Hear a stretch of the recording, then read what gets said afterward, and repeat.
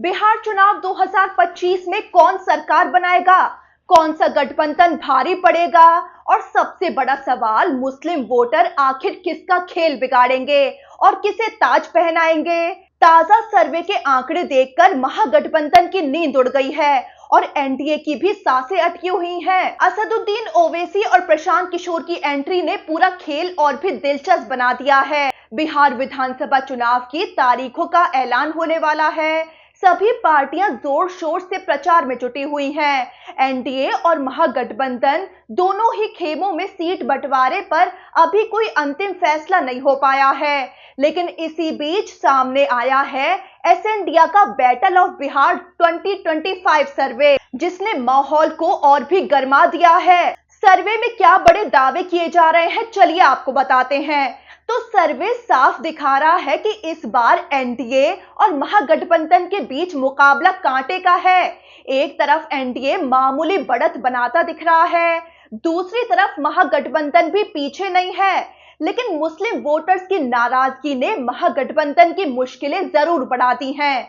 सर्वे के मुताबिक आंकड़ों की बात करें तो एनडीए 47 सीटों पर आगे दिख रहा है, जबकि महागठबंधन 19 सीटों पर बढ़त बना रहा है। यानी तस्वीर काफी हद तक 2020 चुनाव जैसी ही दिख रही है। वहीं सर्वे के मुताबिक मुस्लिम वोटर गेम चेंजर साबित हो सकते हैं। दरअसल बिहार की राजनीति में मुस्लिम वोटरों की भूमिका हमेशा अहम रही है। आबादी में उनकी हिस्सेदारी करीब 17% है। 2020 चुनाव में मुस्लिम वोटरों में से लगभग 75% ने महागठबंधन का साथ दिया था, जबकि करीब 17% एआईएमआईएम के पाले में चले गए थे। इस बंटवारे ने महागठबंधन को कई सीटों पर नुकसान पहुंचाया था। वहीं 2024 लोकसभा चुनाव में 83% मुस्लिम वोट महागठबंधन के खाते में गए थे, लेकिन अब तस्वीर अलग ही नजर आ रही है। ताजा सर्वे दिखा रहा है कि मुस्लिम वोटर इस बार असमंजस में है। सवाल ये है कि क्या मुस्लिम वोटर्स फिर से महागठबंधन को पूरा समर्थन देंगे या ओवैसी की सक्रियता और प्रशांत किशोर की एंट्री तस्वीर बदल देगी। तो सर्वे के मुताबिक मुस्लिम समुदाय में महागठबंधन को लेकर नाराजगी देखी जा रही है और इस नाराजगी की कई वजहें हैं। सबसे बड़ी शिकायत है राजनीतिक प्रतिनिधित्व की कमी। राहुल गांधी और तेजस्वी यादव की वोटर अधिकार यात्रा में मुस्लिम नेताओं को पर्याप्त जगह नहीं दी गई। मुस्लिम समुदाय अब ज्यादा टिकटों की हिस्सेदारी और यहां तक कि डिप्टी सीएम पद की भी मांग कर रहा है। अब समझते हैं सीमांचल का समीकरण और ओवैसी की एंट्री। तो सीमांचल इलाके में जहां मुस्लिम आबादी लगभग आधी है, वहां एआईएमआईएम प्रमुख असदुद्दीन ओवैसी ने मोर्चा खोल दिया है।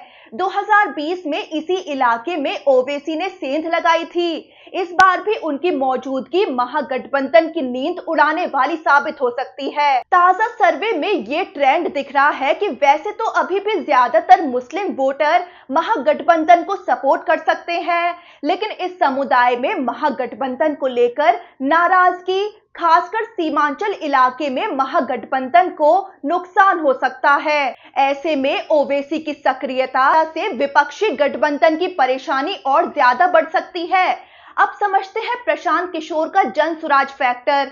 तो बिहार विधानसभा चुनाव में पहली बार प्रशांत किशोर की पार्टी जन सुराज मैदान में है। ये मुस्लिम समुदाय को ज्यादा प्रतिनिधित्व देने की बात कर रहे हैं, लेकिन सर्वे दिखाता है कि मुस्लिम वोटर अब भी प्रशांत किशोर को लेकर संदेह में हैं। दरअसल प्रशांत किशोर की पार्टी पर आरोप लगता है कि 2024 उपचुनावों में उन्होंने महागठबंधन का नुकसान कराया था। उनकी फंडिंग और बीजेपी से करीबी के भी आरोप लगते रहे हैं। वहीं इस सब के बावजूद जन सुराज कई इलाकों में गेम चेंजर बन सकती है।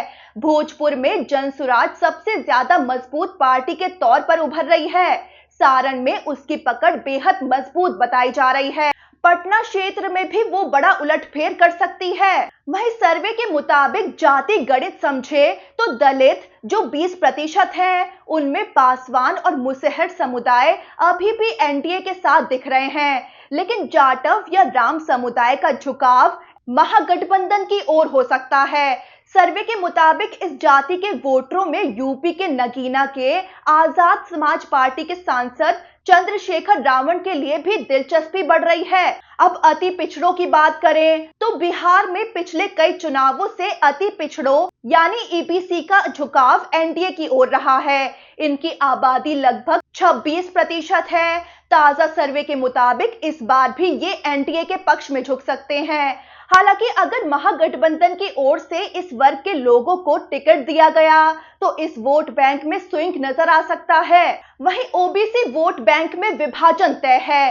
बिहार में ओबीसी की जनसंख्या लगभग 25% है। इनमें सबसे ज्यादा आबादी वाले यादव अभी भी आमतौर पर आरजेडी के पक्ष में लामबंद दिख रहे हैं, लेकिन गैर यादव ओबीसी मतदाताओं के बीच एनडीए का पलड़ा भारी है। इनमें कोइरी और कुर्मी प्रमुख जातियां हैं। हालांकि कोइरी या कुशवाहा को लेकर अनुमान है कि इनके वोट बैंक का एक हिस्सा महागठबंधन की ओर भी झुक सकता है, जैसा कि 2024 के लोकसभा चुनाव में हो चुका है। तो कुल मिलाकर एनडीए और महागठबंधन में कांटे की टक्कर देखी जा रही है। ऐसे में मुस्लिम वोटर्स निर्णायक भूमिका निभा सकते हैं। बड़ी बात यह है कि महागठबंधन मुस्लिम वोटर्स की नाराजगी और ओवैसी की सक्रियता से परेशान है। वहीं प्रशांत किशोर की जनसुराज कई क्षेत्रों में तीसरी ताकत बनकर चुनाव को और पेचीदा कर रही है।